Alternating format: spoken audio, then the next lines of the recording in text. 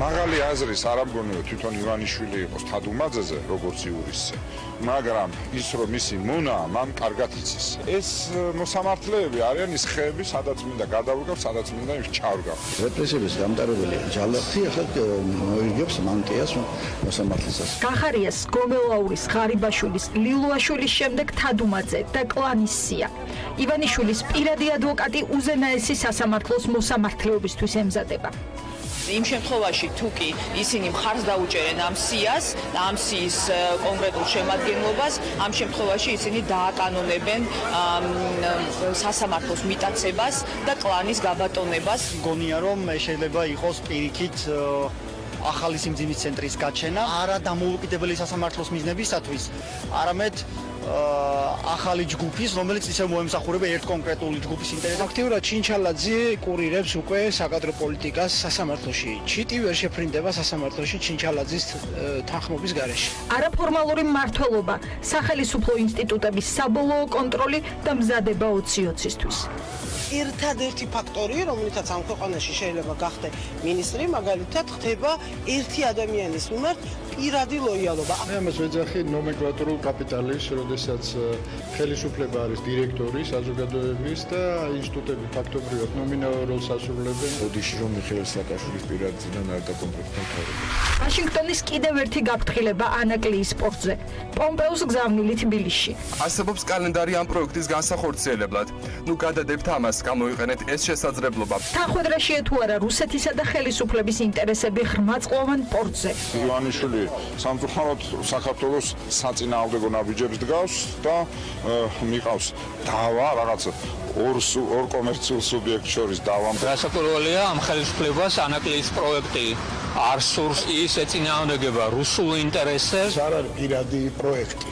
და ვერ შეიძლება არ არის ეს ის თემა, რომელსაც შემოახტება ხაზარაძე და შემოაგელვებს თავის პოლიტიკურ ცხენს ამასპარეზზე. და გეგმავს თუ არა ხელისუფლება სტრატეგიული პროექტით პოლიტიკურ ვაჭრობას. ხელისუფლება ჩემის აზრით შეეცდება ეს საკითხი დაუკავშიროს საკუთარი ძალაუფლების სტაბილურობას.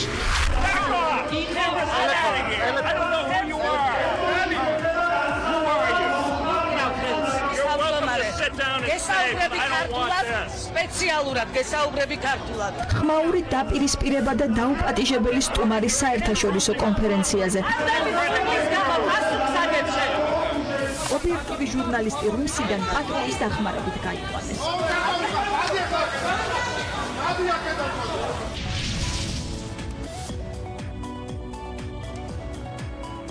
სამაჯური ნიკამელიას ხელზე შეზღუდვა მიტინგზე გამოსვლის წინააღმდეგ თუ შეზღუდვა მედიასთან ურთიერთობისთვის. პროკურატურამ დეპუტატს ტელეკომპანია კავკასიაში სტუმრობა აუკრძალა. მელია ამბობს, რომ საბრალდებო უწყება განსაკუთრებით მისი პარლამენტში სიტყვით გამოსვლის შემდეგ გააქტიურდა და პრობაციის სამსახურის წარმომადგენლები რეკავენ სახლში მისი ადგილსამყოფელი შესამოწმებლად. ანუ იმისთვის, რის გამოც მელიას სამაჯური უკვე აქვს. ეს ივანიშვილის თამაშია, ამ თამაში არ გავყვები, ამბობს დეპუტატი, რომელიც მიუხედავად აკრძალვისა დავით აკუბარდიასთან სტუმრად მაინც მივიდა. ახლა საინტერესოა რა იქნება დამატებითი სასჯელი უკვე სამაჯურიანი მელიასთვის და რა სიტყვის პროკურატურა. პროკურატურას კი უпроსტოდ მის ხელმძღვანელ სათქმელი ნამდვილად დაუგროვდა. კითხვები დაგროვდა ერთ-ერთი ყველაზე გაუმჭვირვალე უწყების ხელმძღვანელის მისამართით. მედიისთვის უჩინარი შალვა თადუმაძე, რომელსაც პროკურორად მუშაობის დღიდან პარლამენტისთვის ანგარიში ერთხელაც არ ჩაუბარები, ახლა სულ სხვა ანგარიშ ვალდებულებისთვის ემზადება. მას ერთი ნაბიჯი პარლამენტის თანხმობა აშორებს უზენაესი სასამართლოს თავმჯდომარის პოსტამდე. თანხმობა სავარაუდოდ იქნება და თადუმაძე გაამყარებს არგუმენტებს ივანიშვილის მმართველობის სტილზე. ჩააბაროს საკვანძო თანამდებობები პირად გარემოცვას. ანუ ამჯერად ჩააბაროს ხელისუფლების მესამე და მთავარი შტო სასამართლო პირად ადვოკატს. არაფორმალური მმართველობა დისკუსიის საგანი საერთაშორისო ფორუმზეც გახდა, საიდანაც ხელისუფლებამ დღეს კიდევ ერთხელ მიიღო გზავნილი არ გადადონ ანაკლიის სპორტის მშენებლობა. თუმცა კონფერენციაზე, სადაც განსახილველი საკითხები ნატო, ევროკავშირი და ევროპულ სტრუქტურებში ინტეგრაცია იყო მთავარი თემა, რუსული რბილი ძალა გახდა. რბილი ძალა, რომლის სიხისტე კონფერენციის სტუმრებმა საკუთარ თავზე გამოსცადეს. შეხვედრაზე მიწვევის გარეშე მივიდა პატრიოტ ალიანსის ლიდერი ირმა ინაშვილი, რასაც შტატების ყოფილ მაღალჩინოსანთან დევიდ კრამერთან სიტყვიერი დაპირისპირება და ხმაური მოჰყვა. ინაშვილი სიტყვით გამოსვლას ითხოვდა და ამბობდა, რომ სპეციალურად ქართულად ესაუბრებოდა კრამერს, მაშინ როცა პატრიოტ ალიანსის ლიდერები რუსულად საუბარს არ თაკილობენ, მაგალითად მოსკოვში დუმის დეპუტატებთან პირისპირ დიალოგის დროს. მე ვფიქრობ, კარგი რამ მოხდა კონფერენციის თეორიულ დისკუსიას პრაქტიკული სავარჯიშო შეემატა. ჩვენმა მეგობრებმა საკუთარი თვალით ნახეს, როგორ იქცევიან ზოგიერთები, როდესაც რუსულ გავლენებთან და დეზინფორმაციასთან ბრძოლას და ევროატლანტიკურ ინტეგრაციაზე ვიწყებთ ქართველები მსჯელობას, დაწერა სახალხო დამცველმა ნინო ლომჯარიამ სოციალურ ქსელში.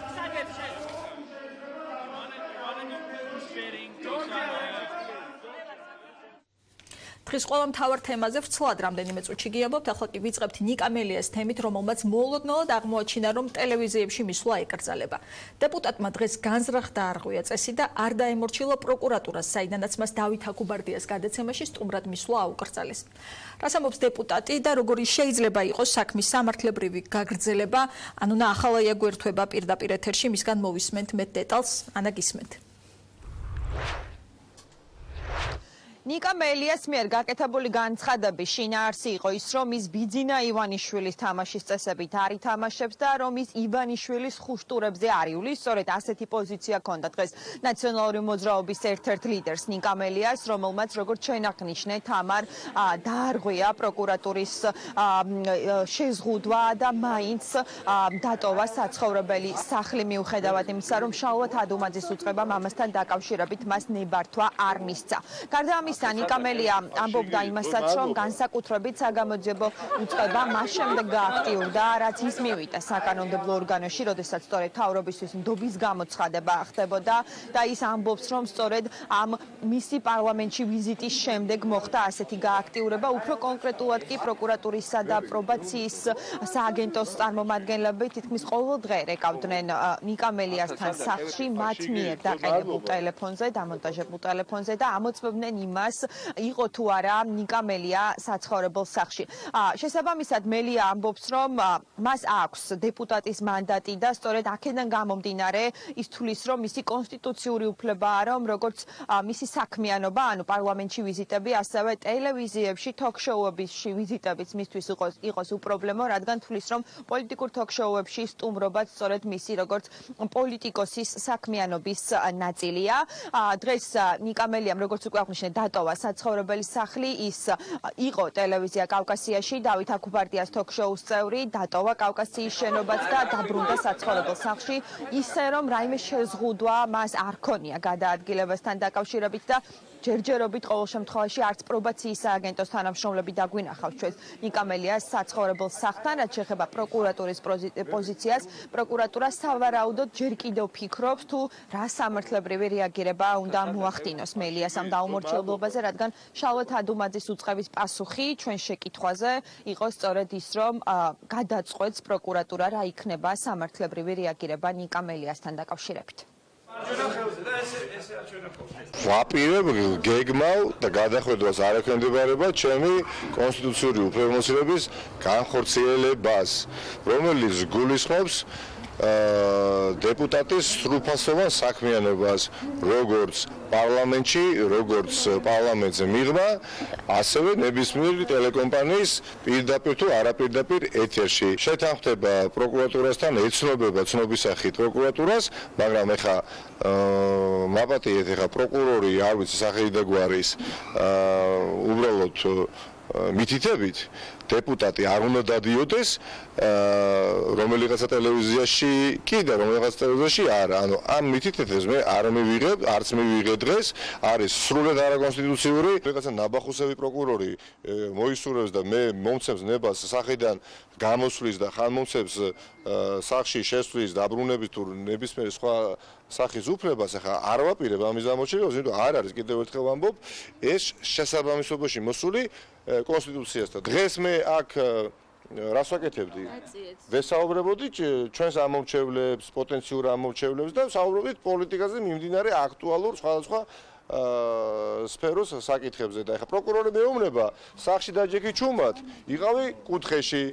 ბევრი არ იხმაურო და როცა გეტყვით გამოდის სახლიდან და როცა გეტყვით დაჩი სახლში ეს კი ბატონო ერთმანეთში მაგრამ არა იქ სადაც თავისუფლებაა და არა იქ სადაც თავისუფალი ნება არსებობს და ეს თავისუფალი ნება არის ოპოზიციაში რა იქნება სამართლებრივი რეაგირება ნიკამელიას დაუმორჩილებლობაზე ამას ჯერ პროკურატურა არ გვეუბნება თავად ნიკამელიას ადვოკატი გიორგი კონდახაშვილი კი პროცედურულად განგვიმარტავს იმას თუ რა სამართლებრივი ღონისძიებები შეიძლება მოყვეს ამ ყველაფერს თუ პროკურატურა ჩათვლის რომ ნიკამელიას მხრიდან ეს იყო რაიმე ტიპის დარღვევა როგორც გიორგი კონდახაშვილი გვეუბნება არ არის გამორიცხული რომ პროკურატურისთვის ეს გახდეს იმის საფუძველი რომ შალვა თადუმაძის უწყება მოითხოვოს აღკვეთი ღონისძიების შეცვლა მას ამისთვის სჭირდება რომ მიმართოს სასამართლოს განმიღებული შესაბამისი განჩინების შემდეგ კი უკვე პროკურატურამ უნდა მიმართოს სწორედ საკანონმდებლო ორგანოს და კიდევ ერთხელ დეპუტატების წინაშე უნდა დააყენოს საკითხი უნდა მოხდეს თუ არა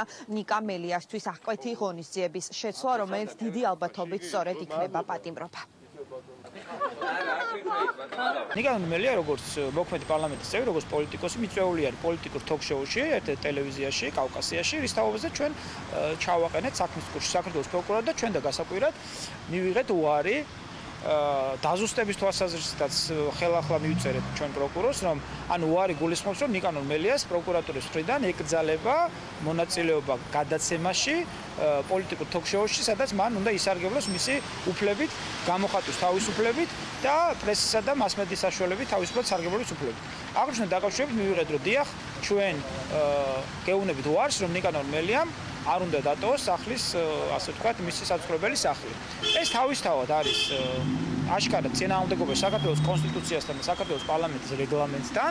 მე არ მგონია, რომ ამ ფაქტის გამო საქართველოს პროკურატურამ გადაწყვიტოს, რომ ნიკანორ მელიას შეუცვალოს აღკვეთის ღონისძიება. თუ კი ესენი გადაწყვეტენ მსგავს, ეს მათ საქმეა. თუ კი ჩათვლიან, რომ ეს არის დარღვევა, მათ საქართველოს კონსტიტუციის შესაბამისად, საქართველოს პარლამენტის რეგლამენტის შესაბამისად უნდა მიმართონ საქართველოს პარლამენტს, უნდა წარადგინონ ის მტკიცებულებები, რაზე დაყრდნობითაც უნდა მოითხოვონ ხელახლა ნიკანორ მელიასთან, როგორც საქართველოს მოქმედ პარლამენტის წევრთან მიმართებაში დაპატიმრების მოთხოვნა. ნიკამელიას საკითხთან დაკავშირებით განცხადება გააკეთა პარლამენტის ვიცე-სპიკერმა გიავოლსკიმაც, რომელმაც თქვა, რომ მისთვის არ არის საწინააღმდეგო თუ ნიკამელიას სადეპუტატო საქმიანობას გააგრძელებს, თუ ის დაესწრება პარლამენტში სესიებს, თუმცა რაც შეეხება დღევანდელ მის ქმედებას და იმ დაუმორჩილებლობის აქტს, გიავოლსკი ფიქრობს, რომ ეს უკვე სამართალდამცავი უწყების შესაფასებელი საკითხია. ზღუდვები, რომელიც აქ დაწესებული დარღვეულია.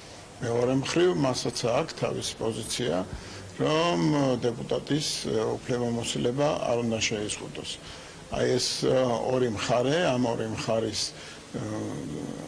მხარეს შორის სიმართლის გარკვევა არ მგონია, რომ პოლიტიკურ ასპექტში შეიძლება იქნეს შეფასებული. საჭიროა იურისტების განცხადება და უფრო მკაფიო პოზიცია ამასთან დაკავშირებით. მე მაინც ვფიქრობ, რომ კონსტიტუცია არის უმთავრესი და თუ კი ამ კონსტიტუციის ინტერპრეტაცია არ ხდება და ფოლკლორული დაცვა ხდება, რასაკვირველია, მას აქვს უფლება მოვიდეს პარლამენტში, გააკეთოს განცხადება და ამასთან დაკავშირებით ჩვენ არ ქონია რაიმე პრეტენზია ან რაიმე წინააღმდეგობა მისთვის არ გაგვიწევია.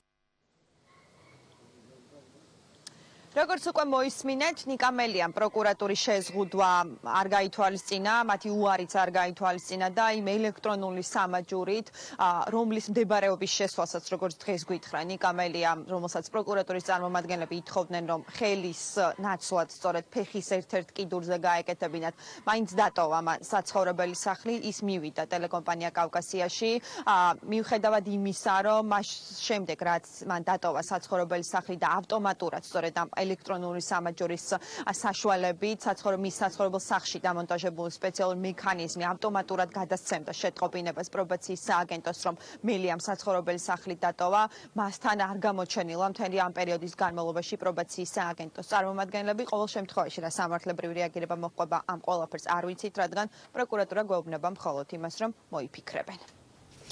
მადლობა ანა ახალაიამ გაგვაცნო ნიკამელიასთან დაკავშირებული აკრძალვის დეტალები. ჩაიბარებს თუ არა მთავარი პროკურორი შალვა თადუმაძე სასამართლოს უმაღლეს ინსტანციას. ბიძინა ივანიშვილის პირად ადვოკატს ამ მანტიის უვადოდ მორგებამდე პარლამენტის მხარდაჭერა აშორებს. საკანონმდებლო ორგანოს მოუწევს პერსონალურად უყაროს კენჭი კანდიდატებს და კითხვები დაუსვას მომავალ მოსამართლე თადუმაძეს, მაშინ როცა პასუხები არ მოусმენია პროკურორ თადუმაძისგან. საბრალდებო უწყების ხელმძღვანელს პარლამენტისთვის ანგარიში არასდროს ჩაუბარებია. ერთ-ერთი ყველაზე დახურული უწყების წარმომადგენელთან კითხვები არა მხოლოდ მედიას, არამედ არასამთავრობო სექტორსაც დაუკრავდა. ხმაურიანი ათეულის შემდეგ ოცკაციანი სკანდალური სია. შალვა თადუმაძე როგორც ქართული ოცნების მოსამართლეობის კანდიდატი.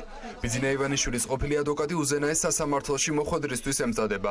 ამ სიაში თადუმაძე ერთ-ერთი მთავარი კანდიდატია, რომელსაც სავარაუდოდ მესამე ინსტანციაში მოსამართლის მანტია გარანტირებული აქვს. მესამე სექტორს მიაჩნია, რომ თუ ქართული ოცნება თადუმაძის კანდიდატურას მხარს დაუჭერს, ეს სასამართლოს მიტაცების ნათელი მაგალითი იქნება. იმ შემთხვევაში თუ კი ისინი მხარს დაუჭერენ ამ სიას და ამ სიის კონკრეტულ შემადგენლობას, ამ შემთხვევაში ისინი დააკანონებენ სასამართლოს მიტაცებას და კლანის გაბატონებას მთლიანად სასამართლოს სისტემაში. როგორც ჩანს, თვითონ კლანსაც არ ენდობა ბატონ ივანიშვილი და შესაბამისად მის პირად ადვოკატს ნიშნავს და შეყავს უზენაეს სასამართლოში და სავარაუდოდ იგი გახდება უზენაეს სასამართლოს თავმჯდომარე და მეორეს მხრივ იქ არის ძალიან ბევრი ადამიანი, რომელიც წარმოადგენს კლანს. 101 მომხრე, 2 წინააღმდეგი. ბატონი შალვა თადუმაძე არჩეულია საქართველოს მთავარ პროკურორად. შალვა თადუმაძე გენერალურ პროკურორად პარლამენტმა 6 წლის ვადით 2018 წლის 16 ივლისს დაამტკიცა. თადუმაძეს ამ დრომდე არ განუმარტავს, რატომ მიიღო ასეთი უცნაური გადაწყვეტილება იმ ფონზე, რომ ის საგამოძიებო უწყებაში კონკრეტული ხედვით და დაპირებებით მივიდა. არასამთავრობო ორგანიზაციების თქმით, გენერალური პროკურატურა შალვა თადუმაძის დროს ერთ-ერთი ჩაკეტილი უწყება იყო და სწორედ მისი მმართველობის პირობებში არჩევნებამდე 1 წლით ადრე საზოგადოებისთვის აქტიური სუბიექტების მიმართ სისხლის სამართლებრივი დევნა დაიწყო. ამ ყველაფრის ფონზე მესამე სექტორისთვის გაუგებარია, რატომ შეიძლება საზოგადოების თვალში შალვა თადუმაძე კანონის უზენაესობის გარანტი გახდეს. ჩემთვის წარმოუდგენელია დღევანდელი პროკურატურის ხელმძღვანელი რატომ შეიძლება იმსახურებდეს უზენაეს სასამართლოში და მით უმეტეს სასამართლოს თავმჯდომარედ დანიშნას. დღეს პროკურატურის სისტემა არის ერთ-ერთი ყველაზე პრობლემური ინსტიტუტი და ვხედავთ საარჩევნო წელს როგორ ამუშავდა პროკურატურა ყველა იმ აქტიური სუბიექტის მიმართ და რამდენი პრობლემური სისხლის სამართლებრივი დევნა დაიწყო იმ პროკურატურამ, რომელსაც შალვა თადუმაძე ხელმძღვანელობს. ამიტომ ერთია ეს ფაქტორი და მეორეა მისი გასაუბრება საბჭოში, რომელმაც აჩვენა, რომ ის არ მისულა მისი კომპეტენციის და კეთილსინდისერების საჩვენებლად და თანასწორად სხვა კანდიდატების მსგავსად მისი ღირსებების წარმოსაჩენად. შალვა თადუმაძის სახით კლანის შემდეგ სასამართლოს სისტემაში ახალი სიმძიმის წერტილი გაჩნდება. ახალგაზრდა იურისტთა ასოციაციის ხელმძღვანელი დეპუტატებს განსაკუთრებით კი ქართული ოცნების წევრებს მიმართავს, რომ შალვა თადუმაძის კვალიფიციურების შემოწმების მაგივრად მისი გენერალური პროკურორობა შეფასდეს. რადგან შალვა თადუმაძე მთავარი საგამოძიებო უწყებიდან ისე მიდის, რომ პარლამენტს წლიურ ანგარიშს ვერ წარუდგენს. ხორავას ქუჩაზე მომხდარი მკვლელობის საქმე, ტესტების პასუხების სკანდალი, გიორგი მიქაუტაძის საქმე, არჩევნებამდე 1 წლით ადრე დაწყებული სისხლის სამართლებრივი დევნა ცნობილ ბიზნესმენებზე, ასევე ოპოზიციის ლიდერებზე და მედია მენეჯერებზე. ამ და სხვა კითხვებზე კონკრეტულ პასუხებს მესამე სექტორი სწორედ შალვა თადუმაძის მხრიდან ელოდება. მე მგონია, რომ შეიძლება იყოს პირიქით ახალი სიმძიმის ცენტრის გაჩენა, მაგრამ ახალი სიმძიმის ცენტრის გაჩენა არა დამოუკიდებელი სასამართლოს მიზნებისათვის, არამედ ახალი ჯგუფის, რომელიც ისევ მოემსახურება ერთ კონკრეტული ჯგუფის ინტერესებს, ერთი კონკრეტული პირის ან გავლენიანი ჯგუფის სურვილებს. როდესაც კითხვები არსებობს ბატონი თადუმაძის დიპლომთან დაკავშირებით მაგალითად და ეს კითხვები საფუძვლიანად და სიღრმისეულად არ დასმულა და არ გამოკვლეულა იუსტიციის უმაღლეს საბჭოში, სწორედ ახლა უნდა მოხდეს მისი გამოკვლევა. როდესაც არის საუბარი იმაზე, რომ ბატონი თადუმაძე სავარაუდოდ როგორც ამბობენ ჩააბარა 93 წელს 1900 უმაღლეს სასწავლებელში, მაგრამ თავად სასწავლებელი დაფუძნდა 1994 წელს, ლოგიკურია კითხვა დავსვათ, როგორ მოიპოვა ამ სასწავლებლის დიპლომი. ანუ ამ კითხვებზე პასუხი უნდა გასცეს ან საბჭომ, რომელმაც არ გამოიყენა შესაძლებლობა, ან პარლამენტმა. ფაქტიურად ჩინჩალაძე კურირებს უკვე საკადრო პოლიტიკას სასამართლოში. ჩიტი ვერ შეფრინდება სასამართლოში ჩინჩალაძის თანხმობის გარეშე. ჩვენ მივიღეთ სია, სადაც უმრავლესობა არის კლანის მიერ მოწოდებული კანდიდატები და 2 თუ 3 კანდიდატი არის ქართული ოცნების ნომინირებული. ეს არის შალვა თადუმაძე და ვასაძე. პარლამენტში შალვა თადუმაძეს უნდა დაესვას ძალიან მკაფიო შეკითხვები. მაგალითად, რა მოუვიდა ტესტების საქმის გამოძიებას, რომელიც 5 წელია მიმდინარეობს. ჯერ ისევ გრძელდება საგამოძიებო მოქმედებები ამ საქმეზე? რა მოუვიდა მიქაუტაძის საქმის გამოძიებას, რომელიც ასევე სასამართლოში მნიშვნელოვანი პერსონაა. იცავდა ქართული ოცნების ინტერესებს და თავად ხედავდა უსამართლო მართლმსაჯულების შედეგებს. და ვკითხოთ შარვალ თადუმაძეს პარლამენტში, რატომ დაინიშნენ ეს მოსამართლეები უბადოდ, რომელსაც თვითონ მიიჩნევდა უკანონობის შემსრულებლებად 2012 წელს. საზოგადოების შეურაცხყოფა დაფასებენ ოპოზიციაში შარვალ თადუმაძის შესაძლო მოხვედრას უზენაეს სასამართლოში. ბიძინა ივანიშვილის პირადი ადვოკატის სავარაუდო განწესებას მესამე ინსტანციაში ოპოზიციას კიდევ ერთხელ უმყარებს ეჭვებს, რომ ივანიშვილს ყველა ინსტიტუტის დამორჩილება სურს. მაღალი აზრის არ ამგონია, რომ თვითონ ივანიშვილი იყოს თადუმაძეზე, როგორც იურისტზე, მაგრამ ის რომ მისი მონაა, მან კარგად იცის. პატრონი მონას კარგად გძნობს. შესაბამისად, მისი დანიშვნა არის, რა თქმა უნდა, მართლმსაჯულების შეურაცხყოფა, მაგრამ ივანიშვილისგან არის გზავნილი, რომ აი ესეც ჩემი ბოსტანია. ეს მოსამართლეები არიან ის ხეები, სადაც მინდა გადავდგავ, სადაც მინდა ის ჩავდგავ. ეს ყველაფერი რაღაცა აი ფრანგული ფილმის სათამაშოსავით არის, მაგრამ ამავე დროს ვიმეორებ, თუ შეიკრა წრედი და ქვავს რომ დაადგავ ცეცხლზე და დაახურავ თავს, იმან შეიძლება გახეთქოს ხვაბი. თუ ორთქლი არსად არ განდეს. ივანიშვილი კრავს იმ წრეებს საკუთარ კისერზე, რომელიც თვითონ მას დაახჭობს. რეპრესიების გამტარებელი ჯალათი ახლა მოირგებს მანტიას მოსამართლისას. თადუმაძე იქნება საქართველოს უზენაესი სასამართლოს თავმჯდომარე. იქნება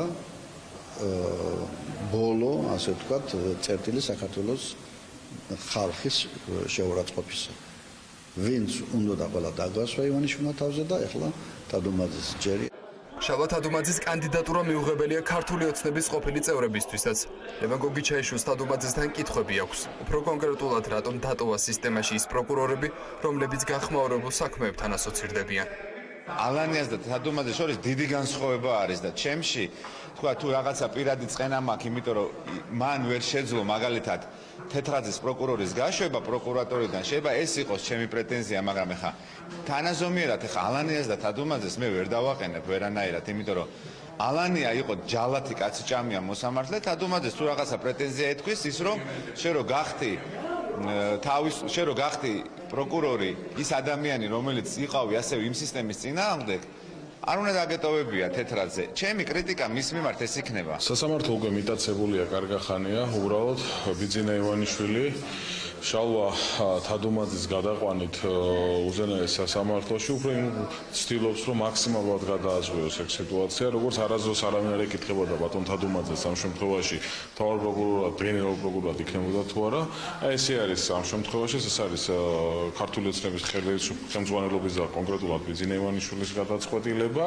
სასამართლო საერთოდ დასამარებულია ამ ქვეყანაში და ჩვენ ვხედავთ თუ როგორ არის მიტაცებული ხელისუფლების სამივე შტო, ეს გახლავთ აღმასრულებელი, საკანონმდებლო ხელისუფლება, ხოლო ამ ყველაფრის გვირგვინი იქნება აი სულ ცოტა ხანში ამ კლანისა და ამ შემთხვევაში სახელისუფლებო წარმომადგენლების დანიშვნა უზენაეს სასამართლოში, რითაც ქართული ოცნება თავიდან ბოლომდე ამ შემთხვევაში გადაიქონოს სასამართლო ხელისუფლებას. ღირსეული და კვალიფიციური, ასე ახასიათებენ მმართველი გუნდის წევრები შარვალ თადუმაძეს. ქართულ ოცნებას თადუმაძესთან კითხვების საერთოდ არ აქვს. მეტიც საბალამდო უმრავლესობის წევრების კომენტარები მიანიშნებს, რომ მას უპირობო მხარდაჭერა ექნება. შარვალ თადუმაძეს ვიცნობ 2011 წლიდან. და მე არ მახსოვს თემა, ვისთანაც რა ფორმატშიც არ უნდა ყოფილიყო მსჯელობა თუ კამათი, კენთ ბიძინა ივანიშვილის თავმჯდომარეობით, კიდაც ნებისმიერ სხვა ფორმატში შარვალს არ ქონოდა მტკიცე პოზიცია, რომელიც იყო ყოველთვის უკომპრომისო, თუკი მას სხვა აზრი გააჩნდა. დარწმუნებული ვარ, რომ პროფესიონალისტთან ერთად ეს თვისებაც მას მოჭარბებულადაც აქვს და ვფიქრობ, რომ ღირსეული ადამიანია, რომელიც თავის ქვეყნის სამსახურში კიდევ ბევრჯერ გამოიჩენს თავს. შემიძლია თამამად ვთქვა, რომ ვიყავი წარმატებული ადვოკატი, ვარ წარმატებული ბრალმდებელი. ეს განცხადება თადუმაძემ იუსტიციის უმაღლეს საბჭოში გასაუბრებაზე გააკეთა. ახლა თადუმაძეს პარლამენტში მოუწევს იმის დამტკიცება, რომ საუკეთესო კანდიდატია. ბიძინა ივანიშვილის ყოფილი ადვოკატი, მთავრობის ყოფილი საპარლამენტო მდივანი და გენერალური პროკურორი. ახლა უზენაესი სასამართლოს თავმჯდომარეობისთვის ემზადება. მოსამართლეობის კანდიდატებს დეპუტატები ამერიკული მოდელის პრინციპით მოусმენენ. ბიძინა ივანიშვილის პირადი კლანი მთავრობაში, ასე აფასებენ სამთავრობო გადაადგილებებს მმართველი გუნდის ოპონენტები და პოლიტოლოგები. პირადი ექიმი ჯანდაცვის მინისტრის პოსტზე, ყოფილი პირადი მცველი შინაგან საქმეთა მინისტრის პოსტზე და ახლა უკვე ყოფილი პირადი ადვოკატი, რომელიც უზენაესი სასამართლოს პოსტის, თავმჯდომარის პოსტის დასაკავებლად ემზადება. ოპოზიცია ერთპიროვნულ გადაწყვეტილებებზე საუბრობს და ამბობს, რომ ბოლო ცვლილებებმა კიდევ უფრო გამოკვეთა ქართული ოცნების თავმჯდომარის მართვის სტილი. მათი თქმით, ბიძინა ივანიშვილს სურს სწორედ პირადი გარემოცვის შემოკრებით გავიდეს ფონს 2020 წლის არჩევნებისთვის. სად იწყება და სად მთავრდება ბიძინა ივანიშვილის გავლენები? ქართული ოცნების ხელისუფლებაში ყოფნიდან მე-7 წელს და არჩევნებამდე 1 წლით ადრე მიღებული პოლიტიკური გადაწყვეტილებები კიდევ ერთხელ იძლევა საფუძველს დახასიათდეს ხელისუფლების მმართველობის სტილი. ბიძინა ივანიშვილის პირადი კლანი მთავრობაში, სასამართლოში, პროკურატურაში, მედიასა და ბიზნესში. ასე ახასიათებენ ხელისუფლების ოპონენტები 7 წლიანი მმართველობის მთავარ შედეგებს. სამთავრობო გადაადგილებებმა ოპოზიციას აფიქრებინა, რომ ქართული ოცნების თავმჯდომარემ წინა საარჩევნოდ მთავრობა საკუთარი გარემოცვით შეავსო. პირადი დაცვა შინაგან საქმეთა მინისტრის პოსტზე, პირადი თანაშემწე თავდაცვის მინისტრის პოსტზე, პირადი ექიმი ჯანდაცვაში.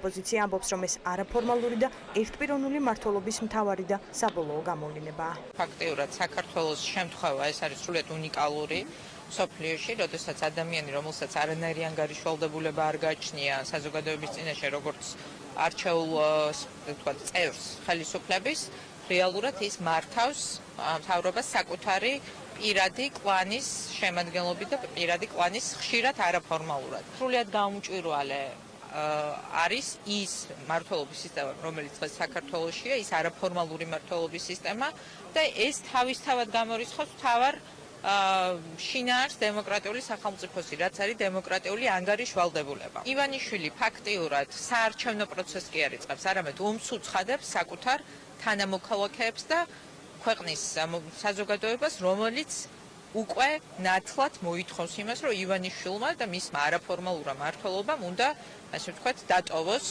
ჩვენი ქვეყნის სადავეები. რატომ არის ქართული ოცნების მმართველობის სტილი არაფორმალური და რა აშორებს მას დემოკრატიამდე?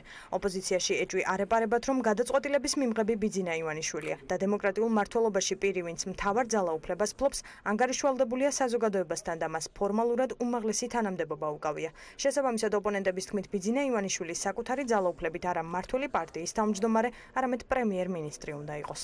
მთავარი გადაწყვეტილების მიღებები უნდა იკავებდეს ფორმალურ თანამდებობას. ამისთვის არსებობს სახელმწიფო ინსტიტუტები. ანუ ის უნდა იყოს პრემიერ-მინისტრი ახლა და უნდა იყოს ანგარიშვალდებული პარლამენტთან. თუკი ჩვენ ვართ საპარლამენტო დემოკრატიული ქვეყანა, ხო?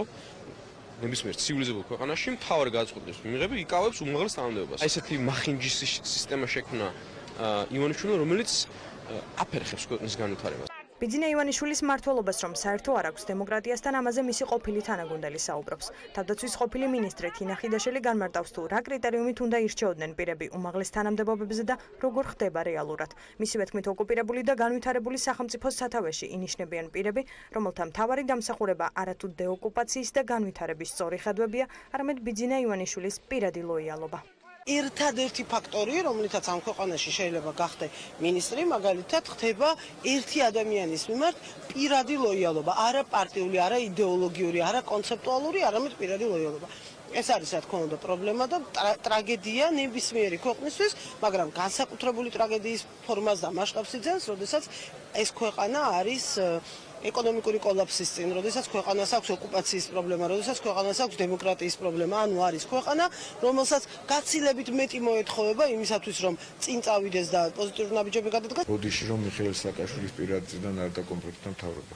ქართულ ოცნებაში არ ფიქრობენ, რომ მთავრობის ბიძინა ივანიშვილის პირადი წრით დაკომპლექტება პრობლემაა. უმრავლესობის ლიდერები გვარწმუნებენ, რომ მათ ვინც რამდენიმე დღის წინ სახელმწიფო უწყებები ჩაიბარეს, გუნდის ერთგულება არაერთხელ დაუმტკიცებიათ.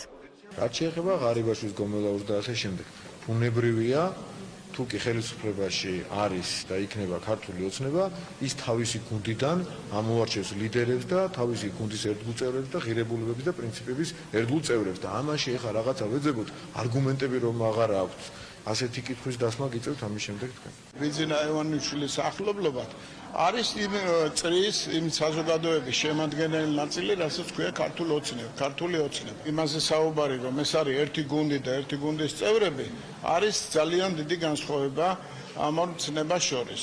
ქართული ოცნება გუნდი შედგება ამ პირებისაგან, რომლებიც სხვადასხვა თანამდებობებზე იმყოფებიან და მე არ ამგონია, რომ ნაციონალური მოძრაობის მხარდამჭერნი ან სააკაშვილის ერთგული ხალხი უნდა იყოს დანიშნული თანამდებობაზე. ეს არის ჩვენი გუნდი. შენ გსურს, რომ შესთავაზო ადამიანს სამსახური და შეასრულოს მან თავისი ვალდებულება კარგად იმ ადამიანს, რომელსაც გაკავშირებს სამუშაო პროცესში გამოცდილება. ხო მართალი ვარ? თითოეულ მათგანს, თავრობის წევრს და სამსახურების ხელმძღვანელებს პირადად ვიცნობ.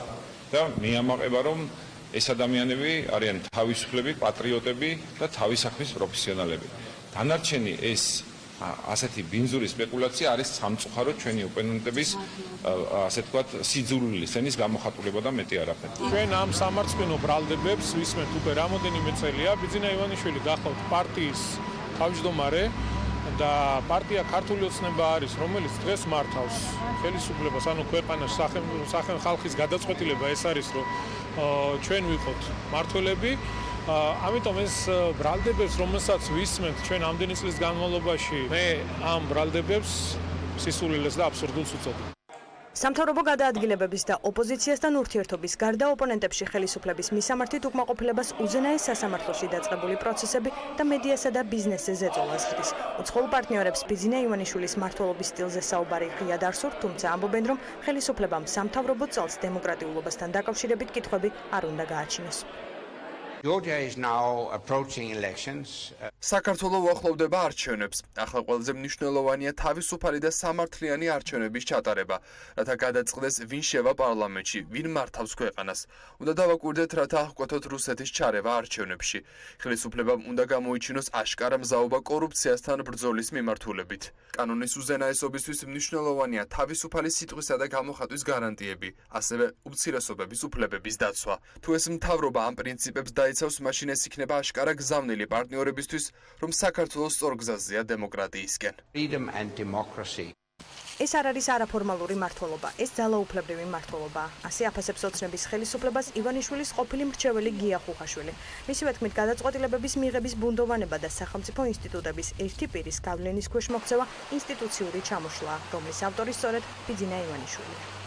მე ამას ვეძახი ნომენკლატურულ კაპიტალის, როდესაც ხელისუფლება არის დირექტორი საზოგადოების და ინსტიტუტები ფაქტობრივად ნომინალურ როლს ასრულებენ და რაღაც გაუგებარ წრეში ხდება გადაწყვეტილების მიღება. არაფორმალურ მმართველობაზე საუბარი, მე ამ ტერმინს არ გამოვიყენებდი, მე გამოვიყენებდი აი ამ ინსტიტუციურ აჯაფსანდას ტერმინს, რაც რა თქმა უნდა სახელმწიფოებრივია ძალიან დამაზიანებელია.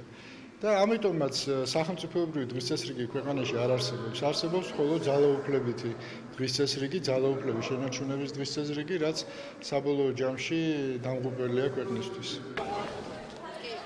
საუბარი არაფორმალურ მმართველობაზე ჯერ კიდევ მაშინ დაიწყო, როცა ბიძინა ივანიშვილმა პრემიერობის შემდგომ პოლიტიკის მიღმა გადაინაცვლა, თუმცა გაჩნდა ეჭვიც, რომ ის რეალურად არსად წასულა.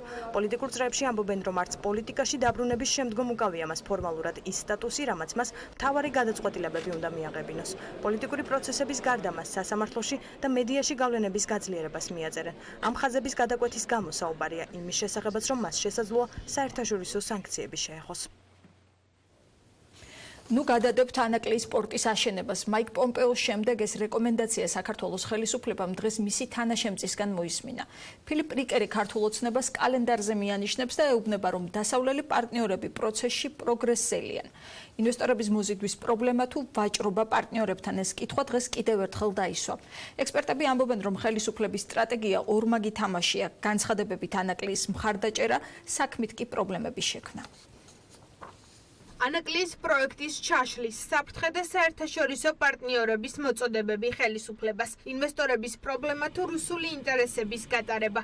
ეს კითხვა კვლავ დღის წესრიგში დგას. ქვეყნის მთავარი სტრატეგიული პარტნიორი მთავრობა სპორტის მნიშვნელობას კიდევ ერთხელ ახსენებს და ამერიკის სახელმწიფო მდივნის მაიკ პომპეოს გაფრთხილების შემდეგ თბილისში ჩამოსული მისი თანაშემწე ხელისუფლებას მოუწოდებს ანაკლიის პროექტის განხორციელება არ გადადოს.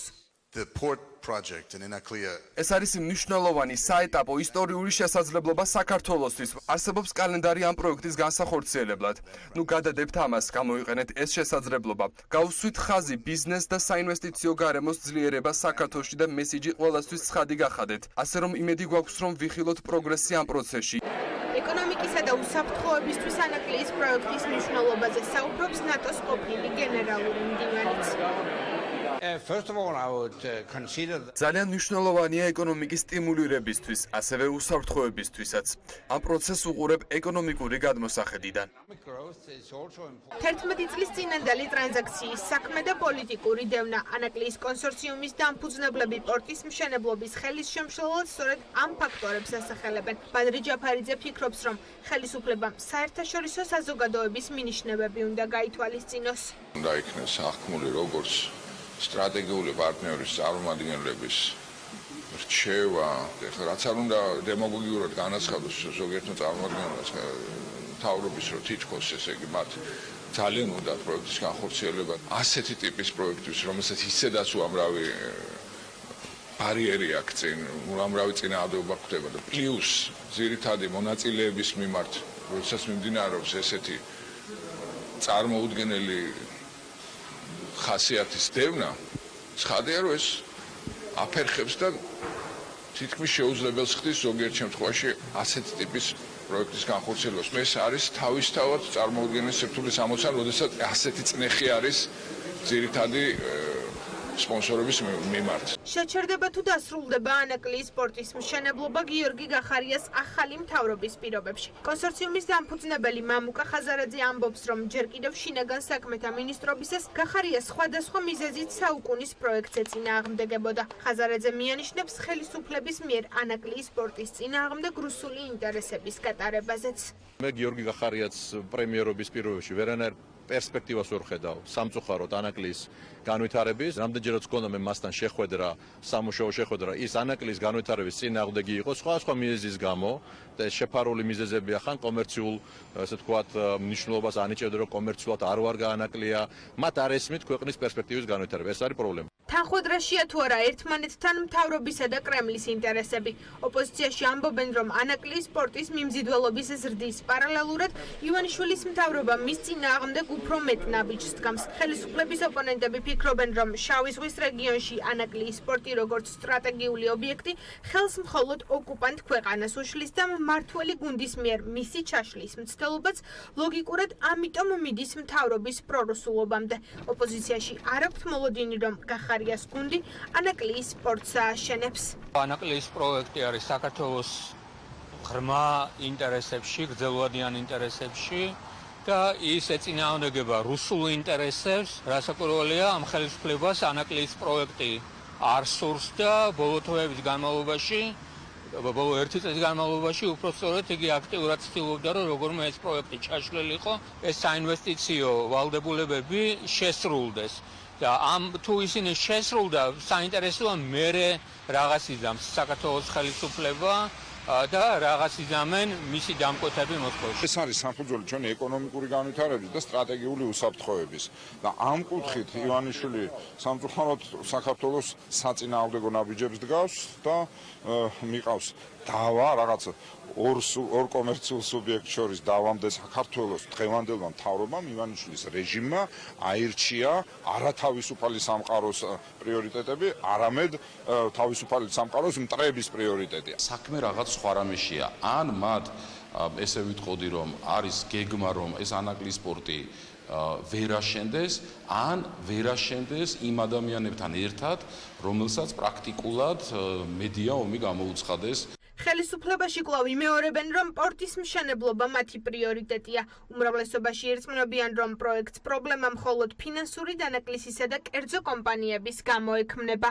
არ არის ეს ის თემა, რომელსაც შემოახტება ხაზარაძე და შემოაგელვებს თავის პოლიტიკურ ცხენს ამას პარეზზე. უკავშირდება საერთაშორისო ინტერესებს და საქართველოს უსაფრთხოებას და განვითარებას თავის ყველა ასპექტი. არა რაღაც პოლიტიკურ ინსინუაციებს და თამაშებს, რომელშიც უნდა რომ ხაზარაძეს უნდა რომ ჩაგვეთრიოს. ჩვენ ვართ დაინტერესებული პირველი, რომ ეს პროექტი განხორციელდეს და აუცილებლად განხორციელდება კერძო კომპანიები, ვისაც აქვს ინტერესი განხორციელებს, თუმცა როგორც დღეს მდგომარეობიდან ჩანს და იკვეთება ამ კომპანიებს აქვს გარკვეული ფინანსური პრობლემები. გახდება თუ არა ანაკლიის სპორტი ვაჭრობის საგანი. ექსპერტები ამბობენ, რომ მთავრობა საუკუნის პროექტის განხორციელებას მხოლოდ ძალაუფლების გრძელვადიანი შენარჩუნების გარანტიით დაუშვებს და ამისთვის პროექტიდან კონსორციუმის ჩამოშორებას ცდილობს. გამომდინარე იქიდან, რომ დასავლეთისთვის ანაკლიის სპორტი გახდა შავი ზღვის უსაფრთხოების სისტემისთვის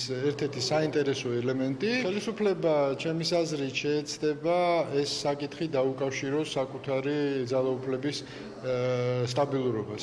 ანუ გინდათ თქვენ უსაფრთხოების სისტემა და ანაკლიის სპორტი, ამ შემთხვევაში მომეცი გრძელვადიანი პოლიტიკური გარანტია. ამ ტიპის ვაჭრობა შეიმჩნევა. იმისათვის, რომ ეს ვაჭრობა იყოს ეფექტური, პირველ რიგში კონსორციუმი უნდა იქნას ჩამოშორებული პროექტს, ანუ ხელისუფლებამ პირდაპირ კონტროლი უნდა დააწესოს პროექტზე და მერე ამით ივაჭროს.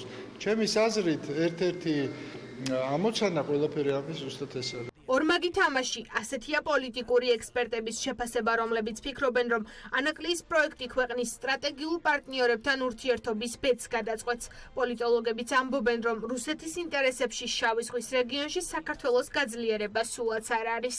ეს არის უჩვეულოდ პირდაპირ გზავნილი ხელისუფლებისთვის. ხელისუფლება ცდილობს, რომ რაღაც ეს ორმაგი თამაში ითამაშოს, არც დასავლეთთან გაიფუჭოს ურთიერთობა, არც რუსეთთან გაიფუჭოს ურთიერთობა. ორ პირობა ქვია ამას ადამიანურ ენაზე.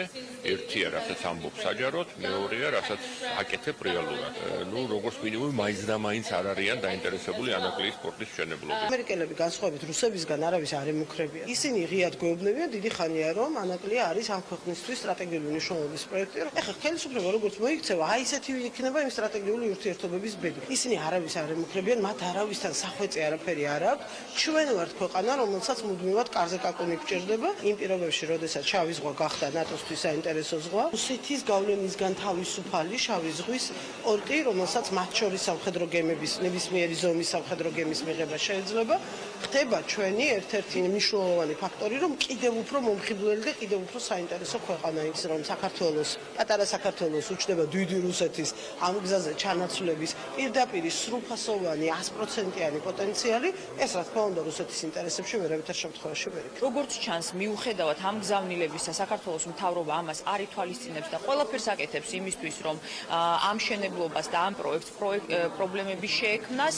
ეს არის რუსეთის ინტერესებში და როგორც ჩანს, საქართველოს მთავრობა დღეს მოქმედებს რუსეთის ინტერესების გათვალისწინებით. საერთაშორისო საზოგადოებამ ხელისუფლებას ანაკლიის სპორტის მშენებლობის ხელშეწყობისკენ არაერთხელ მოუწოდა.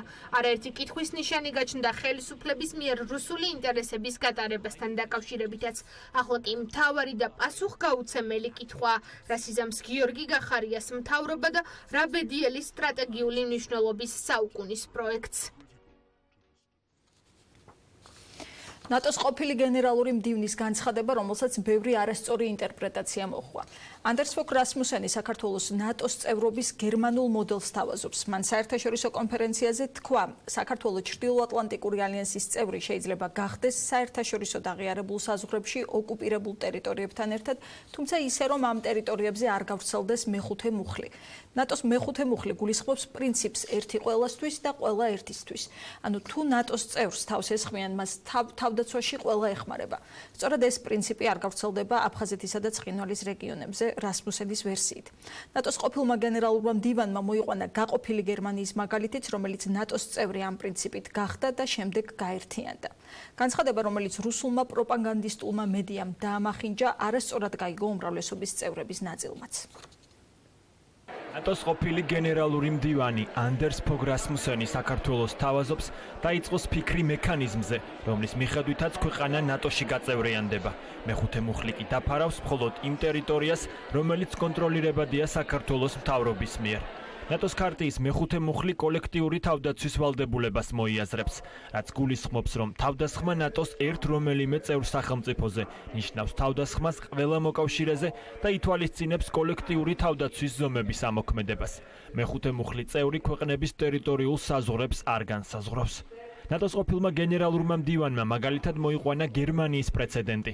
1955 წელს ნატოში გერმანიის დასავლეთი ნაწილი გაწევრიანდა, ხოლო 1991 წელს გერმანიის გაერთიანების შემდეგ ნატოს წესდებამ დაფარა აღმოსავლეთ გერმანიაც. თუ ერთ დღეს გადაწყდება, რომ საქართველოს მზადა ალიანსთან შესაერთებლად უნდა დავწუნდეთ, რომ ნატოს მეხუთე მუხლი კვლავ ქმედითია, რაც ითვალისწინებს საქართველოს დახმარებას თუ მას თავს დაესხმებიან. აშკარა რომ აფხაზეთსა და სამხრეთ ოსეთში რუსეთთან გადაუწყვეტელი სასაზღვრო დავები პრობლემაა. კითხვა კი იმაში მდგომარეობს, თუ როგორ შეიძლება ამის მოგვარება. ვფიქრობ, ეს საკითხი საქართველოს შიგნით უნდა განიხილოთ. მოისურვებთ თუ არა ისეთი მექანიზმის მიღებას, რომლის მიხედვითაც ნატოს წესდების მეხუთე მუხლი დაფარავს მხოლოდ იმ ტერიტორიას, რომელიც კონტროლირებადია საქართველოს მთავრობის მიერ. ნატოში ასევე უნდა უპასუხონ იმავე კითხვას. რასმუსენმა საქართველოს ნატოში გაწევრიანების ახალი ფორმატის იდეა მიაწოდა. გააკეთა აღიარებაც. თქვა, რომ შეცდომა იყო ალიანსის გადაწყვეტილება, როდესაც 2008 წლის ბუქარესტის სამიტზე საქართველოს და უკრაინას გაწევრიანების სამოქმედო გეგმა არ მისცეს. რასმუსენის თქმით, ალიანსმა მცდარი სიგნალი გაუგზავნა მოსკოვს, რომელმაც შესაძლებლად ჩათვალა საქართველოზე თავდასხმა იმავე წლის აგვისტოში. კავშირს ვხედავ ნატოს ბუქარესტის სამიტის გადაწყვეტილებას და 2008 წლის აგვისტოში რუსეთის მიერ საქართველოზე თავდასხმას შორის. ამით მოსკოვის მესიჯი იყო, რომ ალიანსს მის სამეზობლოში ხელი არ ეფათურებინა. ჩვენ შეგვეძლოს აგვეცილებინა საქართველოსთვის და უკრაინისთვის მაპის მინიჭებით. სირთულეებით სავსე მიზანი, რომელიც მიღწევადია. ასე ხედავენ ამერიკელი და ევროპელი პოლიტიკოსები საქართველოს ნატოში გაწევრიანების ამბიციას. ამბობენ, რომ ქვეყანამ დემოკრატია უნდა გააძლიეროს, რადგან როცა ნატოს კარი გაიღება, საქართველოს ყველა კრიტერიუმს აკმაყოფილებდეს. რას ნიშნავს, როდესაც ქვეყანა ნატოს წევრობის მოლოდინშია? ასეთ მოლოდინში წლების წინ ლიეტუვაც იყო. 2004 წელს ქვეყანა ნატოს წევრი გახდა. ამ გამოცდილების მქონე ქვეყნის პოლიტიკოსმა დღეს ევროპას მოუწოდა საქართველოს ნატოს წევრობის მოლოდინში არ დატოვოს, რადგან მაშინ ამ სივრცეს რუსეთის ბნელი ფერები შეავსებს. დღევანდელი პოლიტიკური განლაგება ისეთია, რომ საქართველოს ნატოში გაწევრიანების შესახებ დისკუსია სირთულეებთანაა აღსავსე. მაგრამ უკანასკნელი 30 წლის გამოცდილება გვაჩვენებს, რომ ეს განლაგება მუდმივად უცვლელი არ იქნება. გაითვალისწინეთ, რაც დღეს შეუძლებელი ჩანს, შესაძლოა მალე გარდაუვალი გახდეს და საქართველოს ამ შესაძლებლობების ფანჯრის გახსნას მომზადებული უნდა შეხვდეს. ეს ფანჯარა კი აუცილებლად გაიღება. ამას გვასწავლის ისტორიული გამოცდილება წლების წინ პოლონეთის ნატოში გაწევრიანებაზე ყველა ხუმრობდა, მაგრამ ეს რეალობად იქცა. ამიტომ ქართველებს ურჩევ მოусმინონ ბალტიისპირელ მეგობრებს, მათ ეს უკვე გამოიარეს და აუცილებლად შეასრულათ საშინაო დავალება. ევროპა სამართლიანად უნდა მოიქცეს საქართველოს, ისევე როგორც მოგვიქცა ჩვენ, რადგან თუ ახლა საქართველოს ნატოს წევრობის მოლოდინში დატოვებთ, მაშინ ამ სივრცეს რუსეთის ბნელი ფერები შეავსებს. შემდეგ რუსეთი მათ ნათელ ფერებად მონათლავს. ეს ხომ მტყუილია, ჩვენ კი სიმართლისთვის ვიბრძვით. ასე რომ კაფეოდ უთხარით ქართველებს, რა უნდა გააკეთონ, რომ ნატოში გაწევრიანდნენ. დაასახელეთ 5 ან 10 ნაბიჯი, რომელიც საქართველოს გაწევრიანებისთვის უნდა გადადგას. ახლა ჩვენ ამას არ ვეუბნებით ქართველებს, ჩვენ უბრალოდ ვთხოვთ მათ, რომ საუკეთესოები იყვნენ, მაგრამ მათ ეგრეთ წოდებულ ნაცრისფერ ზონაში ვტოვებთ, რითაც მოსკოვს ახალი მიწების წაღების საშუალებას ვაძლევთ. ნატოში შესვლა აფხაზეთსა და ცხინვალის რეგიონზე მეხუთე მუხლის გავრცელების გარეშე თავდაცვის ყოფილი მინისტრის თინა ხიდაშელის თქმით, ერთადერთი პრაგმატული გზაა. რაც უფრო მეტი მომხრე გაუჩნდება იდეას, რომ საქართველოს ნატოში სწრაფად უნდა გაწევრიანდეს ერთი და მეორე აფხაზეთი და ცხინვალი არ შეიძლება იყოს დაბიკოლება, იმიტომ რომ სწორედ იმ ტრის მიერ არის შექმნილი, რომელსაც არ უნდა ჩვენი ნატოში წევრობა, მით უფრო დიდი შანსი გვაქვს, რომ გავლენა მოვახდინოთ საერთაშორისო თანამეგობრობის გადაწყვეტილების მიმღებ ნაწილს. ნატოს გენერალური მდივნის იდეას რეალისტურად აფასებენ ატლანტიკური საბჭოს წევრები, რომლებიც ამბობენ, რომ საკითხზე მსჯელობის დაწყება აუცილებელია.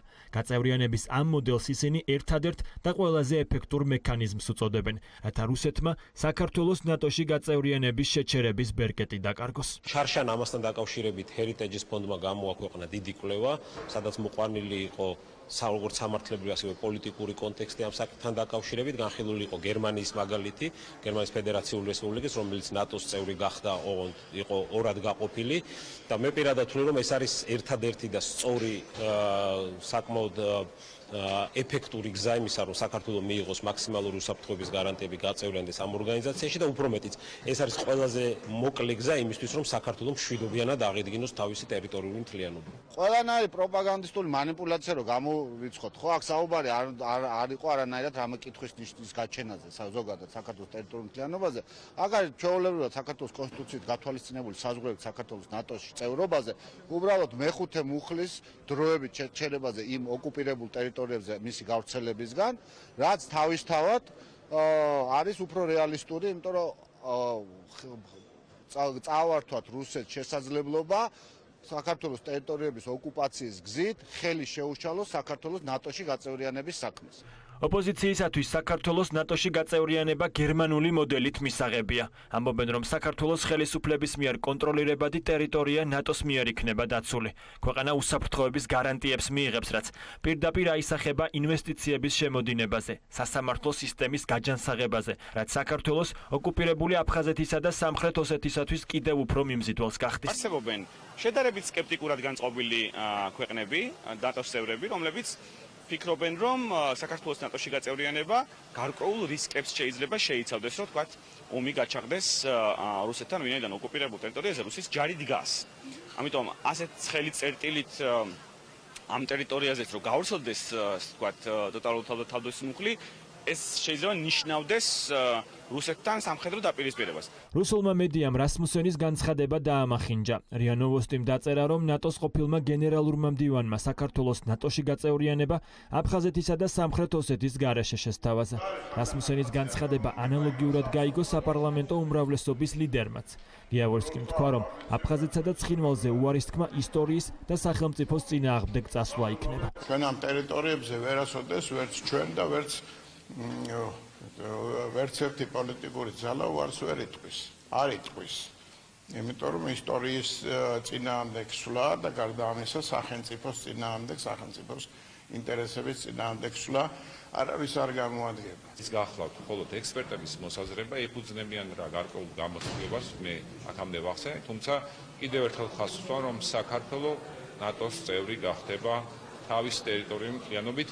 რა პრინციპიც ასევე აღიარებული აქვს საერთაშორისო საზოგადოებაში. ოცნების ლიდერების ამ მოსაზრებებს გია ხუხაშვილი რბილი ძალის რიტორიკას უწოდებს. ექსპერტი ამბობს, რომ მათ განცდა გააჩინეს თითქოს რასმუსენმა საქართველოს ნატოში გაწევრიანების სანაცვლოდ ოკუპირებულ ტერიტორიებზე უარის თქმა შესთავაზა. ვოლსკის რიტორიკა საერთოდ რუსული რბილი ძალის რიტორიკის იმ ნარატივში იჯდა აბსოლუტურად.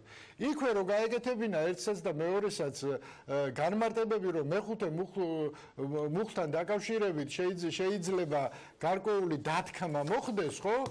მე მათთან კითხვები არ გამიჩნდებოდა. ამ დათქმის განმარტებაც ხო უნდა გააკეთო, რომ ნატოში საქართველოს შესვლა არ ნიშნავს ტერიტორიებზე უარის თქმას. ნატოს გენერალურმა მდივანმა საქართველოს ნატოში გაწევრიანების ახალი მექანიზმის იდეა მიაწოდა, რადგან რუსეთი მის მიერვე ოკუპირებულ ტერიტორიებს ბერკეტად იყენებს. საქართველოს ნატოში გაწევრიანებისათვის ხელის შესაშლელად დიდი ალბათობით გერმანული მოდელი ქვეყნის ევროატლანტიკურ გაერთიანებებში გაწევრიანება დაჩქარდება და კონკრეტული შედეგიც მალე დადგება. თეორიული დისკუსია რუსულ პროპაგანდაზე და პრაქტიკული სავარჯიშო პატრიოტთა ალიანსისგან. საერთაშორისო კონფერენცია, სადაც დღეს რუსულ გავლენებზე საუბრობდნენ, ირმა ინაშვილმა კინაღამ ჩაშალა.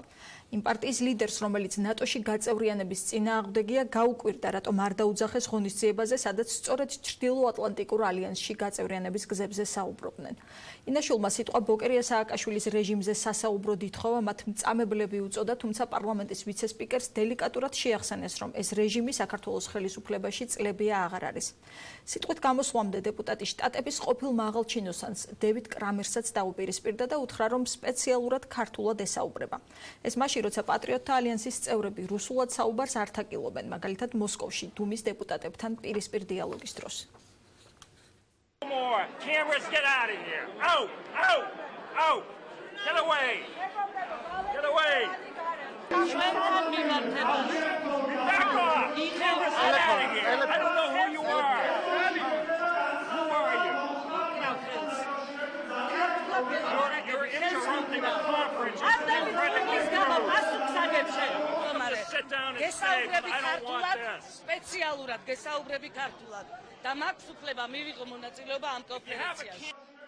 პატრიოტთა ალიანსის ლიდერმა ქართულად ლაპარაკი დევიდ კრამერს ამერიკის სახელმწიფო მდივნის ყოფილ თანაშემწეს საერთაშორისო კონფერენციაზე მოთხოვა.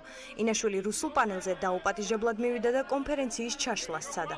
ღონისძიებაზე ვიცე-სპიკერის უნებართვოდ შესვლამ დევიდ კრამერის პროტესტი გამოიწვია. მან ინაშვილს შენობის დატოვებას თხოვა.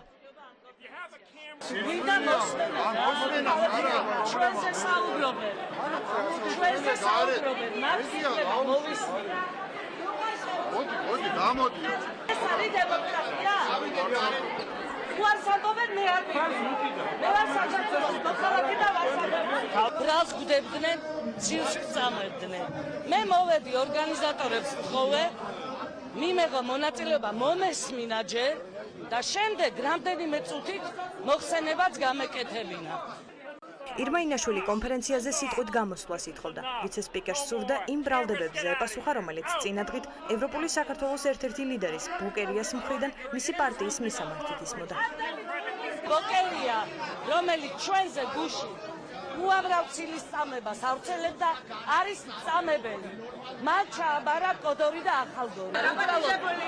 არ ვიყავით დაპატიჟებული. და დააპატიჟებლად გადიხართ ხოლმე? ჩვენზე ცილის წამებას პარლამენტში ხო ნახულობთ იგივე ფორმატში უნდა გავწყვეტო. ეს არის დემოკრატია, ეს არის თავისუფლება. აი ეკრანზე. აი ეხლა გავცენ პასუხი. ის არის თქვენი მეუღლე არის მათუარა ამ ფორმატში ციურს წამებდა საერთოდ არ არის ამერიკის გუშინ გამოდიოდა ამ კონფერენციაზე ყველა მსგავს ტყუილზე მიიღებ პასუხს და თქვენი წამებელი მეუღლე. დაპირისპირებამ შენობის მიღმაც გადაინაცვლა. ამ შემთხვევაში უკვე ინციდენტის მთავარი მონაწილე ობიექტივის ჟურნალისტი იყო. გიორგი კასრაძემ რასმუსენის განცხადებები გააკრიტიკა და თქვა, რომ კითხვის დასმის საშუალება კონფერენციაზე არ მისცეს. ამავდროულად სიტყვიერად დაუპირისპირდა თამარ ჩერგოლეიშვილს. სიტუაციის განსამუხტად ადგილზე პოლიცია გამოიძახეს. შედგა ოქმიც, რის შემდეგაც ობიექტივის ჟურნალისტს კონფერენციის დატოვება მოუწია. თქვენ იცი რატო დატოვებთ და იმიტომ რომ კონფერენციის მუშაობა პარლამენტის ვიხევ.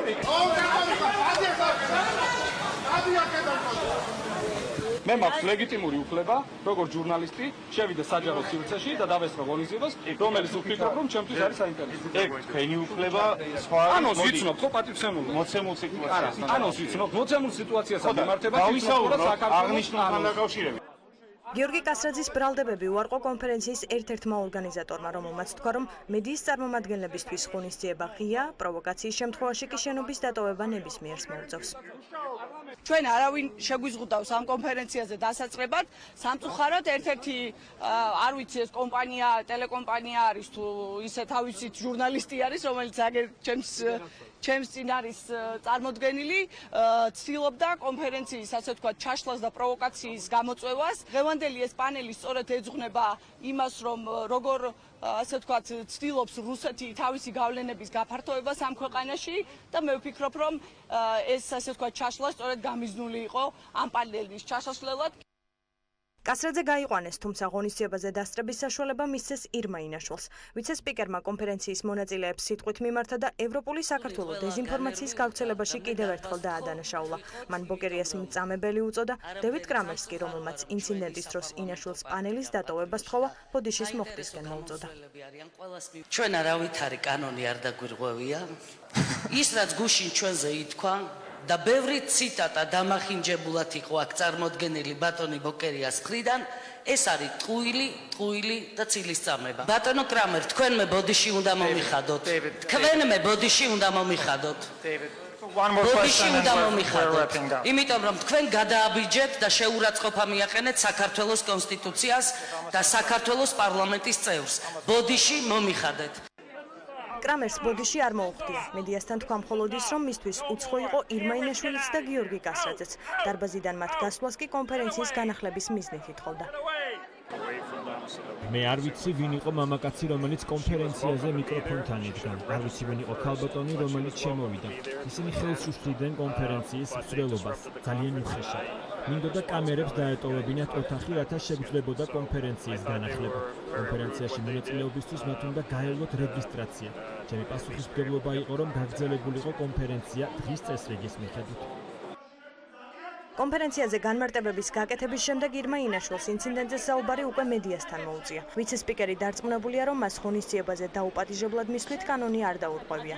ინაშვილმა კიდევ ერთხელ თქვა, რომ მისი მთავარი მიზანი ევროპული საქართველოს ბრალდებებზე პასუხისგაცემა და კონფერენციის მონაწილეებისთვის სიმართლის თქმა იყო. ეს ხალხი წარმოადგენდა იმ რეჟიმს, რომელიც კლავდა ადამიანებს, არბევდა საპროტესტო აქციებს, ძალიან ბრაზდება ქართველი ხალხი, როდესაც ჩვენი ამერიკელი თუ ევროპელი პარტნიორები ჩუმად ხედან და ბატონ ბოკერიას, როგორც ვაცლავ ჰაველს, აი ამ რანგში უსმენენ. გიგა ბოკერია კი, რომლის გამოც ინაშვილი დაუპატიჟებლად საერთაშორისო კონფერენციაზე მივიდა, დარწმუნებულია, რომ ვიცე-სპიკერის რუსულ პანელზე გამოჩენის მთავარი მიზეზი რეალურად პრორუსული ნარატივის გავრცელება იყო. ინაშვილის ნაირები თავისუფალ ქვეყნებში არიან და თავისუფლება ყველასთვის არის. უნდა ასეთ რაღაცებს შემოვარდებიან, უბრალოდ გააბუნძურებენ ხოლმე, როგორც იქცეოდა აქ ვიღაც მის თანხლები, მოკრიმინალო ვითომ ჟურნალისტები რატო სკანდალს რო ატყობდნენ. მაგრამ პრობლემა ის კი არა, რომ თავისუფალ სამყაროში ყველანაირი პოლიტიკური გიჟები არსებობენ. პრობლემა ის არის, ჩვენ მთავრობა გვყავს, ვინც არის ამ ხალხთან ერთ გუნდში და ვინც ასეთ ხალხს აძლიერებს. კონფერენციის მიზანმიმართულად ჩაშლის მცდელობა. ასე აფასებენ ოპოზიციაში პატრიოტთა ალიანსის ლიდერის ქმედებებს. ამბობენ, რომ ინაშვილს სურდა კონფერენციის მონაწილეებისთვის შეექმნა შთაბეჭდილება, რომ საქართველოში ანტიდასავლური განწყობებია. აჩვენოს, რომ თითქოს საქართველოში არსებობს რაღაც ანტიდასავლური განწყობები სერიოზული, მაგრამ პასუხისმგებლობა იმაზე, რაც დღეს აქ მოხდა, ეკისრება ქართულ ოცნებას. ქართული ოცნება არის ხელისუფლების პარტია, რომელიც დაუსჯელს ტოვებს ძალადობის მოწოდებას. მართლ გუნდში ინციდენტს უბრალოდ სამწუხაროს უწოდებენ და ამბობენ, რომ ინაშვილს საკუთარი პოლიტიკური პოზიციების დაფიქსირება სურდა. არასასიამოვნო იყო ამ ინციდენტის ხილვა. ერთის მხრივ არის კონფერენცია, რომელიც ქვეყნის სასიკეთოდ ტარდება. მეორეს მხრივ არის კოლეგა, რომელსაც სურდა თავის პოლიტიკური პოზიციების დაცვა. ის ცდილობდა თავის პოლიტიკური პოზიციების დაცვას და აქაც გასაკვირი არაფერი არის, ამიტომ ამ პროცესში ეს ინციდენტი სამწუხარო ფაქტია, მაგრამ მოხდა ის, რაც მოხდა. ირმა ინაშვილი რუსულ პანელს ბოლომდე დაესწრო და კონფერენცია ჯონ მაკკეინისა და მარკ სალტერის წიგნით დაუცხრომელი ტალღით დატოვა. რიგით მეხუთე საერთაშორისო კონფერენცია თბილისში გუშინ დაიწყო და დღეს დაიხურა. კონფერენციის მონაწილეები 2 დღის განმავლობაში საქართველოს ტრანსატლანტიკურ პერსპექტივაზე, დემოკრატიის პროგრესსა და ეკონომიკურ განვითარებაზე მსჯელობდნენ. დეპუტატი ემზარ კვიციანი, რომელმაც აქციას სირცხვილიას მონაწილეებს აგინა და ფიზიკურადაც შეეხო გამოძიებას ამ დრომდე არ დაუკითხავს. საინტერესოა, რომ კვიციანი პარლამენტში ეთიკის საბჭოს წევრიცა, თუმცა მისი არაეთიკური საქციელით არც აქ დაინტერესებულა ვინმე. ჯერჯერობით მხოლოდ დაზარალებულები დაიკითხნენ. კვიციანი კვლავ ამბობს, რომ ეს მას დაესხნენ თავს ცხრებთან ერთად და როგორც დეპუტატს თმენის ვალდებულება არ ჰქონია. დეპუტატს აქვს პარტიის მხარდაჭერაც. პატრიოტთა ალიანსის წევრმა გიორგი ლომიამ თქვა, რომ კვიციანს ყურშის ტვენის გამო შესაძლოა სმენა დაზიანებოდა. პოლიციელებმა კი მის შეურაცხყოფას ხელი შეუწყეს. დამესხა ჯგუფი ცხრებთან ერთად. ასე განმარტავს დეპუტატი ემზარ კვიციანი 8 სექტემბერს საკანონმდებლო ორგანოსთან განვითარებულ მოვლენებს ფიზიკურ და სიტყვიერ შეურაცხყოფას, რომელიც აქციის სირცხვილიას ორგანიზატორებმა ემზარ კვიციანისგან მიიღეს. აღნიშნული კადრების მიუხედავად დეპუტატი ამბობს, რომ მას არავისთვის ფიზიკური შეურაცხყოფა არ მიუყენებია და თავად გახდა პროვოკაციის მსხვერპლი. გარდა ამისა, კვიციანი დარწმუნებულია, რომ აქციის მონაწილეებს სუსტ იმართავს. მივდივარ და ისე ვიღაცა მუცებს ჩემს ზურგს უკან დაიწყო სტვენა და ცხოვრება დანარჩენებმა მონა, მოღალატე, პუტინის მონა, ასე უცებს მთელი ეს ჯგუფი შემომესია გამომიყვანეს მდგომარეობიდან და ვიგინებოდი, კი ბატონო. მაგრამ ხელი მე არავისთვის არ დამირტყია. პოლიციამ იმის მაგივრად რომ დავესავი პარლამენტარი, მე შემბოჭა, იმათ კიდე თავისუფლება მისცა. გამოძიება დაწყებულია, დაკითხულია სირცხვილიას 8-ვე ორგანიზატორი, თუმცა ამ დრომდე გამოკითხვაზე არ მისულა დაპირისპირების მთავარი მოქმედი პირი კვიციანი. სირცხვილია მის წინააღმდეგ სამართლებრივ ბრძოლას იწყებს, თუმცა დეპუტატის ადვოკატი დარწმუნებულია, რომ კვიციანის პასუხისმგებლობის საკითხი აღნიშნულ საქმეზე ვერ დადგება. უფრო მეტიც მჟავანაძე სჯერა, რომ ძიება საქმეზე საერთოდ შეწყდება. არანაირი საფუძველი, რომ ემზარ კვიციანს ბრალი წაუყენონ არ არსებობს, იმიტომ რომ თქვენ მანახეთ კადრი, სადაც ემზარ კვიციანი მუშს უტყამს ვინმეს, ან დაზიანებები მიაყენა, არავითარი ფიზიკური დარტყმა ამ ადამიანს არ უყურებდა. ის რომ ხელებს იკდებდა, იმიტომ მოდიოდა რომ როგორც გიენები ისე დაესივნენ ეს ადამიანები. სირცხვილიას ორგანიზატორებს ემზარ-კვიციანის განმარტებები უკვირთ. ამბობენ, რომ ყველაფერს ის კადრები ამბობს, რომელიც საზოგადოება მიხილა. აქციის მონაწილეები დარწმუნებულები არიან, რომ კვიციანის პასუხისმგებლობის საკითხი აუცილებლად დადგება. ისინი დეპუტატს თმენის ვალდებულებასაც ახსენებენ. ადამიანი, რომელსაც თმენის ვალდებულებაზე აქვს ხელი მოწერილი და ზუსტად ჩემი და თქვენი ჯიბიდან იღებს ხელფას, მინიმუმ იმას მაინც უნდა აცნობიერებდეს, რომ კრიტიკა და პროტესტი ამ ფორმით აიტანოს. მან ვერ აიტანა ეს სტვენა, ვერ აიტანა რუსეთის მონაწახილი და რამდენჯერმე ფიზიკური შეურაცხყოფა მიაყენა ზუკაბერძენიშვილს, ვაგინას უყველას, ბატონი ემზარ-კვიციანი აუცილებლად აგებს პასუხს იმ დანაშაულისთვის, რაც ჩაიდინა. კვიციანისთვის თმენის ვალდებულება იქ სრულდება, როდესაც მას რუსეთის მონას ეძახიან, მისი თქმით აგინებენ და უსწრონენ. როგორც თავად ამბობს, მას ამ ყველაფერზე თვალის დახუჭვარვა სექტემბერს გაუჭირდა. არანაირი თმენის ვალდებულების, უпростоრად ვალდებულება მე არ გამაჩნია, როცა მაგინებენ, მაფურთხებენ, მისწვენენ ყურში. რომ მოვითვანო დეპუტატი ვარ, მე ღირსებიანი დეპუტატი ვარ და არა უღირსო დეპუტატი. განიხილავს თუ არა ეთიკის საბჭო იმ დეპუტატის საკითხს, რომელიც თავად არის საბჭოს წევრი. წევრები ამბობენ, რომ თუ კი ემზარ-კვიციანის საკითხზე პარლამენტის საჩივარი შევა, ამ შემთხვევაში მათ საჩივრის განხილვა აუცილებლად მოუწევს, თუმცა დადგენილება, რომელიც ემზარ-კვიციანის მისამართით სავარაუდოდ სანქციას მოიცავს, ჯერ ბოლომდე შემუშავებული არ არის. მისი მოქმედების სფერო არის ნამდვილად ეს.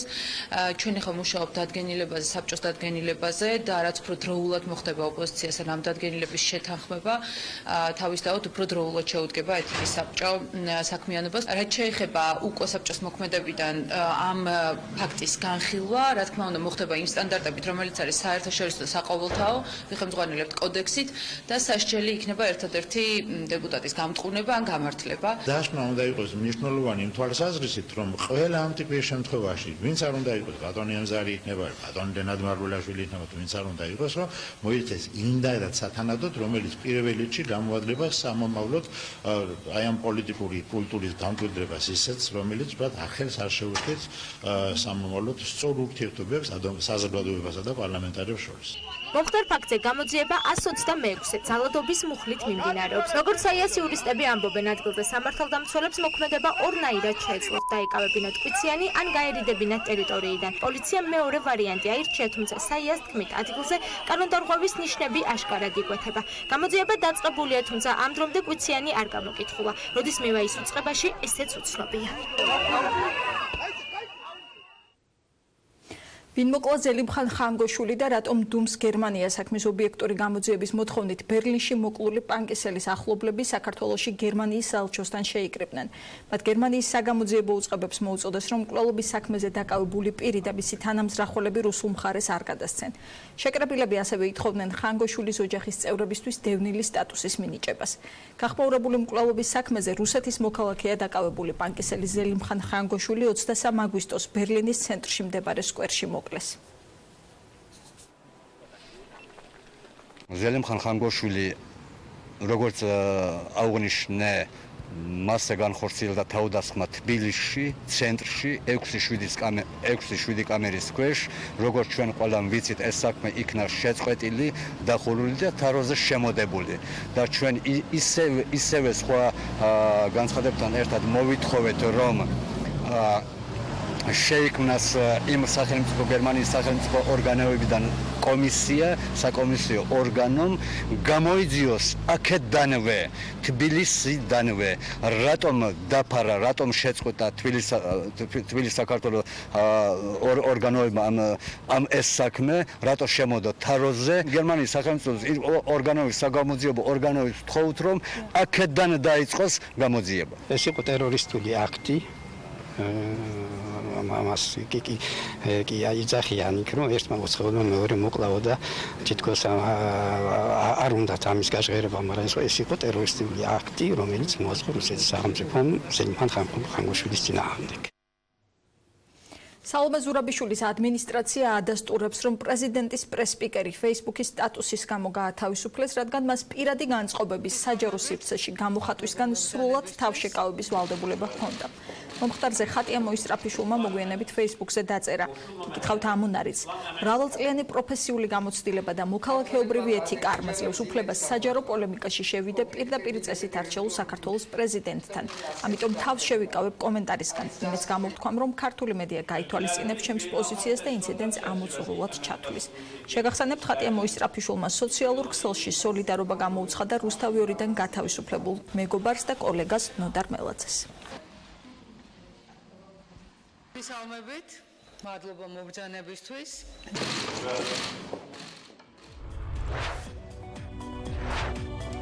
ასეთი იყო დღის მთავარი ახალი ამბები. მე ხვალამდე გემშვიდობებით. მადლობა რომ გვიყურეთ.